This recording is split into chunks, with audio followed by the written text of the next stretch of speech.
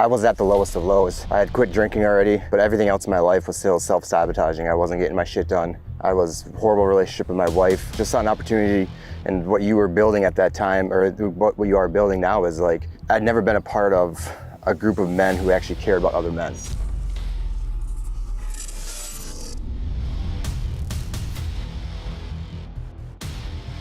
What's going on, Dylan? Not much, how are you? Man, I'm good, dude. I'm glad to see you here at this Uncaged retreat, man. So Uncaged has turned into something pretty important to you, huh? Yeah, it's definitely changed my life. That's awesome. It's always such an audacious claim, and something that, like, modestly, it's hard to, even though you know it's happening, even though, like, you know people's lives are changing, it's hard to claim, considering, like, this is something that, like, I was super passionate about starting because I was a part of previous groups like this that changed my life, and I saw an opportunity to kind of add my flair to it, a little bit more my style, and I knew that I wanted, this was my dream, is to have words like that come out of other people's mouths, and to have you here, it's just been an incredible experience. And especially, you know, our relationship has grown significantly since you joined Uncaged. When you join groups like this, it's a strange interaction at first. It's like dating someone. Yep. You know, and so with you, like, kind of talk to us about those, like, first beginning stages of you joining Uncaged. Like,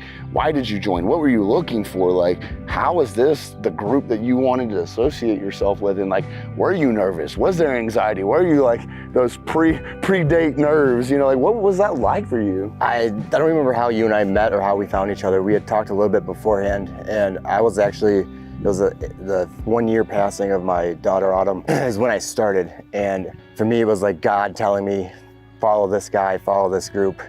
And that's honestly how it fucking started, was like, I was at the lowest of lows. I had quit drinking already, but everything else in my life was still self-sabotaging. I wasn't getting my shit done. I was in a horrible relationship with my wife, or not, it was getting better because the drinking had quit beforehand. But yeah, I just saw an opportunity, and what you were building at that time, or what you are building now, is like, I'd never been a part of a group of men who actually cared about other men.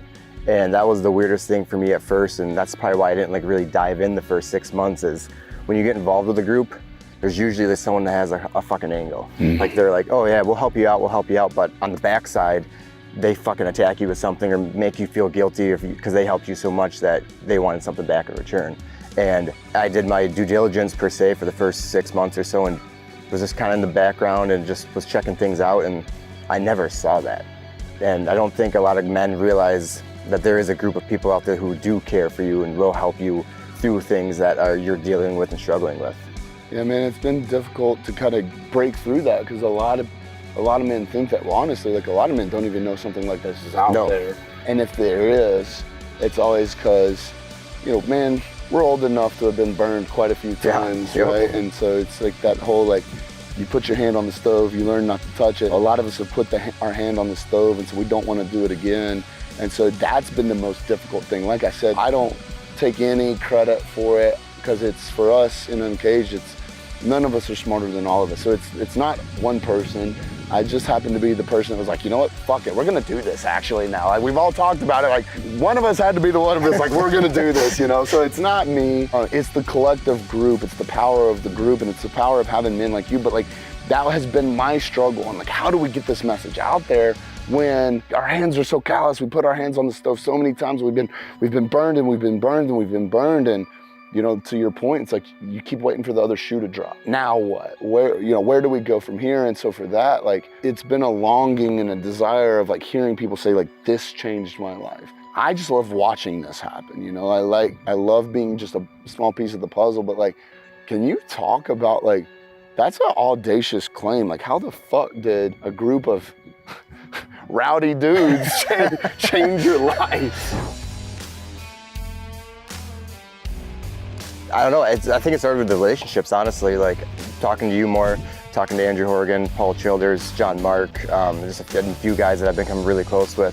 I think it's one of those things that when you start to actually focus on yourself and start working on who you are as a person, and having other men around you help support you and help answer questions that you have or call you out on your shit when you're not fulfilling what you're saying you're going to do, the accountability factor. I think another big factor was I've noticed that a lot of people try to focus on 6 or 7 big things, and they can't get them all done. They can't work on all those problems.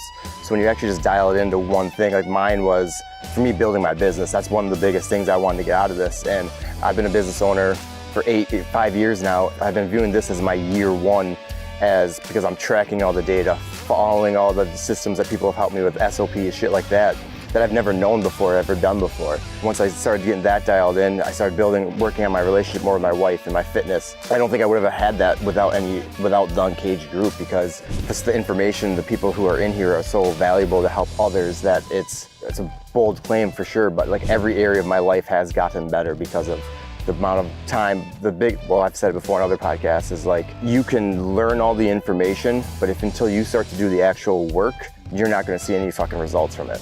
No, 100%. And that's why I like to position Uncaged as an accountability group first and foremost, because again, analysis paralysis, you get all the information, but if you don't apply any of it, it's literally pointless. It's wasting my time, it's wasting your time, it's wasting everyone else's time that's associated. And what's really cool is, like, sometimes it can be very intimidating. Like when you do, like, we have a wide range of men, their personalities and professions and stuff like that. So it can be intimidating when you see the more vocal ones, yep, or what you would consider successful. But the power behind that is, as men, unfortunately, like, we allow our egos to get in the way, like you said, of like asking the questions. Whereas in a group like this, where it's all value first, how can the members, like, even for you, for example, how can I add value? How can I add value? You sitting here today, like, hey man, what can I do to help Uncaged? Like, adding value. When you have predominant men that don't care to get anything back, that maybe consider themselves already successful, and obviously they're still working on themselves, but they're vocal enough to add value. So now as a man, when you're just now getting involved with a group like this, and maybe your ego is holding you back from actually asking questions because you don't want another man to think that you don't know what to do. Yep. Now you're getting that information without having to ask. And as you start to see that development in your own life, personally and professionally, progress, now it gives you the balls to go out there and start asking questions. Because you understand that we got guys in the group doing $100 million a year still fucking asking questions. Yep. And so, like, for you, man, like, what's, like, just any piece of advice of someone that maybe was in your shoes? You had already started down the journey of, like, personal development yourself. So, like, there's no credit Uncaged takes there. But to your terms, like, you still were a piece of shit, and as we all were when we came together to start growing.